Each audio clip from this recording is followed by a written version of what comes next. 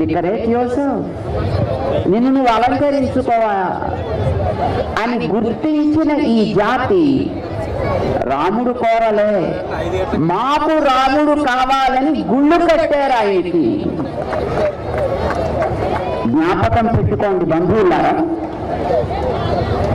దేవుడు అవ్వడం గొప్ప కాదు, మానవుడు అవ్వడం చాలా గొప్ప. దేవుడు అవ్వడం కష్టం కాదు, మానవుడిగా మసలగలగడం గొప్ప. ఎందుకో తెలుసునా? ఏమిటి మానవుడంటే? అందరినీ ఆదరించు, సుఖ దుఃఖాలని సమానంగా భావించు. ఇది ఎవరు చేశారండి? రామాయణం చూడండి ఒకసారి.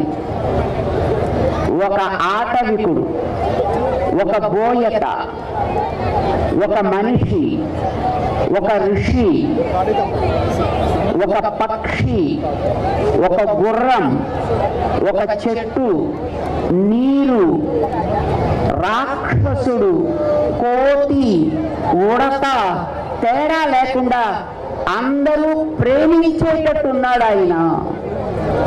మీకు ఇంకో రహస్యం చెప్తా. ఎవరైనా మిమ్మల్ని కొట్టారనుకోండి, మీరేం చేస్తారు చెప్పండి? మళ్ళీ తిరిగి కొడతారా? కొడతారు. కొట్టలేక ఎవరితోటో వెళ్ళి చెప్పారనుకోండి, ఏమని చెబుతారు? వాణ్ణి గట్టిగా తిట్టి మరీ చెబుతాం. ముక్కు చెవులు కోసాడు శూర్పణఖకి, తెలుసును మనందరికీ, ఎందుకంటే ఆవిడ మన ఫ్రెండే కదా.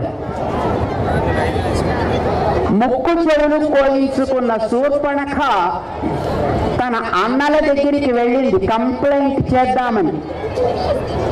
ఎలా కంప్లైంట్ చేసిందో తెలుసునా? తరుణౌ రూప సంపన్నౌ సుకుమారౌ మహాబలౌ పుండరీక విశాలాక్షౌ చీరకృష్ణాజినాంబరౌ ఫలమూలాసినౌ దాంతౌ తాపసౌ ధర్మచారిణౌ పుత్రౌ దశరథస్య ఆసాం రామలక్ష్మణౌ. ఎవరే నీ ముక్కు కోసింది అని అడిగాడు వాళ్ళ అన్నగారు.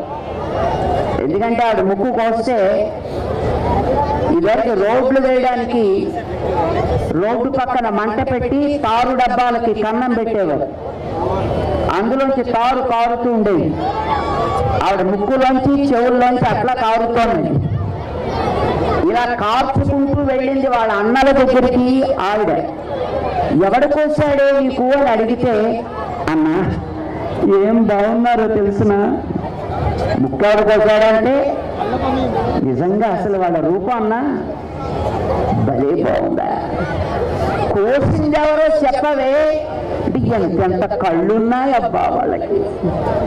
అరే కోసింది ఎవరో చెప్పమంటే ఇలా పట్టుకున్నాడా నా ముక్కుని, ఆ చెయ్యి ఎంత బాగుందో తెలుసునా. ఇది శూర్పణఖ యొక్క స్థితి. ఎవడు రాముని ద్వేషించలేదండి. శత్రువు అనుకున్న రావణాసురుడు కూడా ద్వేషించల. స్పృహ తప్పి రథంలో పడితే, సారథి రథాన్ని బయటికి తీసుకుపోతే, బయట చల్లటి గాలితో స్పృహ వచ్చి ఎందుకు నేను ఇక్కడున్నా, ఏది రణరంగం అని అడిగితే, స్పృహ తప్పి పడ్డావో అక్కడ ఉంటే ఎవడైనా వచ్చి మళ్ళీ కొడితే నువ్వు దస్తావని బయటికి తీసుకొచ్చాను అన్నాడు సారథి.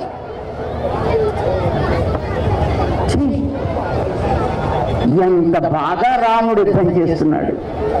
శత్రోహో ప్రఖ్యాత వీరస్య రంజనీయస్య విక్రమై. ఏం పరాక్రమమయ్యా, నా జీవితంలో ఇంతకాలానికి ఇలాంటి పరాక్రమం కలిగిన వాడిని ఒక్కడిని నేను చూడగలిగానని ఆనందిస్తుంటే రథాన్ని బయటికి తీసుకొస్తావా అని సారథి మీద కోప్పడ్డాడు. సారథి తిట్టాడు, నీకేం బుర్రందా లేదా, నీ యుద్ధరంగంలోకి వచ్చిన ఆయన సౌందర్యాన్ని పరాక్రమాన్ని చూడడానికా యుద్ధం చేయడానికా? బౌలింగ్ చేసేవాడి యొక్క పరుగుల అందాన్ని చూస్తే బ్యాట్ పట్టుకున్న వాడికి ఏమవుతుందా? ఎందుకు వచ్చావు నువ్వు ఇక్కడ యుద్ధరంగంలోకి, ఎందుకు నిలబడ్డట్టు? అందుకే నిన్ను బయటికి తీసుకొచ్చా. నువ్వు మళ్ళీ యుద్ధం చేస్తానంటేనే రణరంగంలోకి తీసుకుపోతానన్నాడు సారథి. ఎందుకు మీకు చెప్తున్నానంటే, మనిషి రావణాసురుని ద్వేషించలేదు, రావణాసురుడి తప్పుని ద్వేషించాడు. రావణాసురుని హింసించాలనుకోలే, మనస్సు మారితే తన సోదరుడిగా భావిద్దామనుకున్నాడు. విభీషణుణ్ణి అట్లాగే అంగీకరించాడు. ఇది మనిషి. వ్యక్తిగతంగా ఎవరి మీద రాగాలు ద్వేషాలు ఉండవు. తప్పు చేసిన వాణ్ణి క్షమించేది లేదు, తప్పు చేసిన వాణ్ణి దండించి తీరుతాడు. ఇది మనిషి. కష్ట సుఖాలు వస్తాయి జీవితంలో, ఎంతటి వాడికైనా వస్తాయి కష్ట సుఖాలు. తట్టుకో. కష్టం వస్తే సముద్రం అడుగుకి కుంగిపోకు, సుఖం వస్తే ఆకాశపు అంచుల్ని తన్నే ప్రయత్నం చేయకు. రెండిటికి కూడా బ్యాలెన్స్ చేయడం నేర్చుకోవాలా. ఇది మనిషి. అది చూపించాడు రాముడు. అది భారత జాతి యొక్క జీవనాడి. ఆ మానవత్వానికి ఈ భరత మాత పురుడు పోసి ప్రాణం ఇచ్చింది, ప్రాణం పెట్టింది. ఈ దేశంలో ఉండే ప్రతి వాడికి ఇది ఆచరణ. మన భారతదేశంలో ఉండే ప్రతి వ్యక్తికి అది ఆచరణ. ఆ వ్యక్తి కొత్తవాడా పాతవాడా ప్రశ్న లేదండి, తెలిసినవాడా తెలియనివాడా ప్రశ్న లేదు. ప్రతి వాణ్ణి with open arms we invite. భారతదేశం అట్లానే ఎప్పుడు చేతులు చాచి ఈ దేశానికి వచ్చిన ప్రతి వ్యక్తిని ఆదరించింది, స్వాగతించింది, ఆరాధించింది. ఓకే, ఆరాధన అందుకున్న వాళ్ళు, ఆదరానికి నోచుకున్న వాళ్ళు బ్యాక్ స్టాబింగ్ చేశారు ఈ దేశాన్ని. That is okay. చాలా మంది అట్లాగా ఈ జాతిని వంచిన వాళ్ళు ఉన్నారు, ఈ జాతిని ఆక్రమించిన వాళ్ళు ఉన్నారు. అదృష్టం కొద్దీ ఆ తల్లి మళ్ళీ స్వాతంత్ర్యాన్ని పొందింది. తన స్వయం సమృద్ధిని చాటుకోవడానికి మళ్ళీ ఈ గణతంత్ర దినాన్ని ఎన్నుకుంది. అయితే దురదృష్టం ఏంటంటే, ఈ దేశాన్ని ఇంతవరకు పాలించినటువంటి ఇతరులు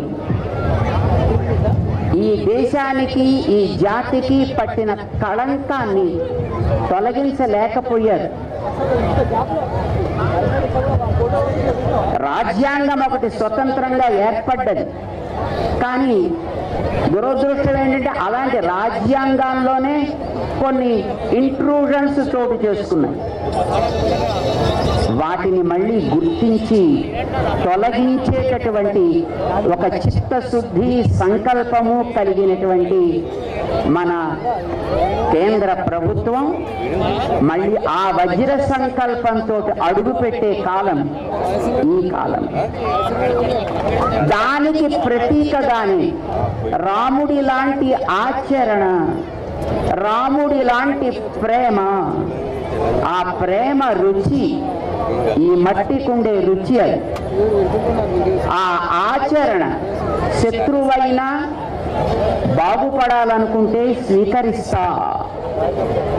ఇది మేము చెప్పే మాట కాదు. ఇది విభీషణుడు వచ్చినప్పుడు సముద్రపు ఒడ్డున నేను రాముణ్ణి ఆశ్రయిస్తా అని అడిగితే వద్దన్నాడు సుగ్రీవుడు. అక్కడే కొట్టేద్దాం, శత్రువు దగ్గర నుంచి వచ్చిన వాడు ఏం చేస్తాడో మనకేం తెలుసును, మనతో పాటు చేరి మననే వెన్నుపోటు పొడిస్తే అంచేత వాడిని రాని వద్దా, మనం నమ్మలేం, కొట్టేద్దాం అక్కడే అన్నాడు ఆయన. అలాంటి సుగ్రీవుణ్ణే పంపించి, హే సుగ్రీవ ఆనయేనం హరి శ్రేష్ఠ, దత్తం అస్య అభయం మయా విభీషణో వా సుగ్రీవ యదివా రావణ స్వయం. నేను అతనికి అభయం ఇస్తున్నా, తీసుకొని రా.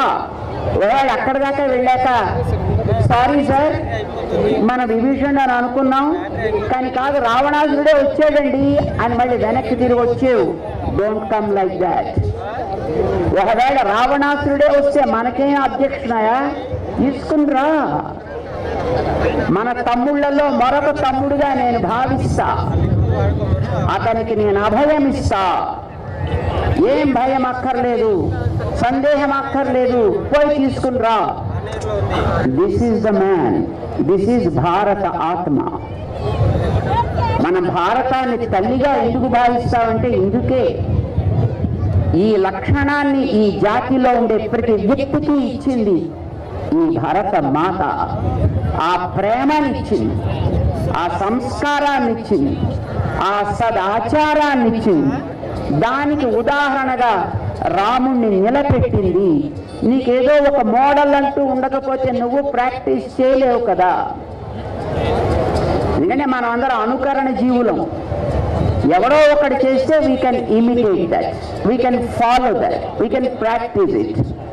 So you need a model. That model is Rama. అందుకు రాముడు. సో రాముడు దేవుడు అంటే అనండి, కానీ మేమంటాం రాముడు మంచి మానవుడు. దేవుడైతే ఎప్పుడు భయపడుతూనే బతకాలి. రావణాసుడు కొడతాడో, హిరణ్యకశిపుడు కొడతాడో, హిరణ్యాక్షుడు కొడతాడో, కంసుడు కొడతాడో, ఇంద్రజిత్తు కొడతాడో, కానీ మనిషి దేనికి భయపడేవాడు కాడు. మనిషి మనిషిగా ఉంటే దేవతలు కూడా నీ వెంట తిరుగుతారు. నువ్వు దేవతల వెంట పడక్కర్లేదా? రాముడు మంచి మనిషి, అందుకే దేవతలు కూడా అతని వెంట పడ్డారు, అతని సపోర్ట్ తీసుకున్నారు. అందుకే మనం అలాంటి ఉత్తమ పురుషోత్తముడికి ఒక మంచి మందిరాన్ని ఏర్పాటు చేసి మనందరికీ అది ఒక ప్రేరణ స్థలిగా ఉండాలి, అది ఒక శక్తి స్థలము కావాలి. మనం ఎప్పుడు అందులో మనని సరిదిద్దుకోగలిగే అవకాశం కావాలి అని ప్రపంచమంతా కోరుకుంది, జాతి అంతా కోరుకుంది, దేశమంతా కోరుకుంది. ఇంటింట మూల మూల ప్రతి మనిషి కొందరు అనుకూలంగా కావచ్చు, కొందరు ప్రతికూలంగా కావచ్చు, కొందరు ఉదాసీనంగా కావచ్చు. అందరి నోట రామ్ రామ్ రామ్ రామ్ రామ్ రామ్ రామ్. ప్రపంచంలో అన్ని మూలల రామమయమైపోయింది జగత్తంతా. రామభూతం జగదభూత్ అని వాల్మీకి చెప్పిన సన్నివేశాన్ని 22వ తారీఖు ముందు దాకా మనం చూసాం. భారత మాత మనకిచ్చిన అదృష్టం అది. మనమందరం అట్లా తయారు కావాలి. మనందరం గణతంత్ర దినోత్సవం చేసుకుని ప్రయోజనం ఏంటి? స్వతంత్రతా దినాన్ని పాటించి ప్రయోజనం ఏంటి? రాముణ్ణి స్మరించి ప్రయోజనం ఏంటి? గుడి కట్టి ప్రయోజనం ఏంటి? పూజించడానికి కాదు కదా. అందులోంచి ఒక ప్రేరణ తీసుకుని మన నరాల్లో నింపుకుని మనం కూడా ఆదర్శ మానవులం కావాలి, మంచి మానవులం కావాలి. మనలో కూడా రుచి పరిమళము ఈ భారతమాత మట్టికున్నట్టుగా మన దేహంలో ఉండే ప్రతి అణువుకి అంటాలి. మనలో కూడా ఆ ప్రేమ కలగాలి, మనలో కూడా ఆ సదాచారము కావాలి. ఇవి రెండు మనలో నింపగలిగే రాముడిచ్చిన తరుణంలో మనం జరుపుకునే ఈ 75వ వజ్రోత్సవం మన సంకల్పానికి వజ్రత్వాన్ని కలిగించుగాక. ఈ దేశానికి వజ్రతుల్యమైనటువంటి నేతృత్వాన్ని వహించగలిగే నాయకులకి మంచి ఆయువు శక్తిని ప్రసాదించుగాక. మనందరినీ వారి వెంట నడవగలిగే యోగ్యులైనటువంటి భారతీయులుగా తయారు చేయుగాక. అందుకే మనం భారత మాతకి హారతి. తల్లి ఆశీర్వదిస్తే తనయులు సాధించలేనిది లేదు. ఆవిడ మనస్ఫూర్తిగా ఆశీర్వదిస్తే ఏదైనా చేయగలుగుతారు. అందుకే ఇది అందరికీ దక్కాలని మా కిషన్ రెడ్డి గారు అద్భుతమైనటువంటి సంకల్పం చేశారు. 7 ఏళ్ల నుంచి భరతమాతకి చక్కటి హారతులని అందించేటటువంటి ఒక అద్భుతమైన అవకాశాన్ని వారొక్కరు ఇంట్లో కూర్చుని చేసుకుంటే చేసుకోవచ్చు, కానీ ఇది అందరికీ పంచాలి. అందరూ ఇట్లాంటి వజ్ర తుల్యులు కావాలి. అందరికీ ఈ శక్తి నిండాలి నర నరములలో అని సంకల్పించి భరతమాత హారతిని ఈ రోజున ఈ గణతంత్ర దినోత్సవం నాడు ఏర్పాటు చేయడం చాలా సబబుగా సమయోచితంగా ఉన్నది. ఇలాంటి ఒక మంచి కార్యక్రమాన్ని సంకల్పించినటువంటి సాంస్కృతిక మంత్రివర్యులకి మేము ఇలాంటి సంస్కృతిని సంప్రదాయాన్ని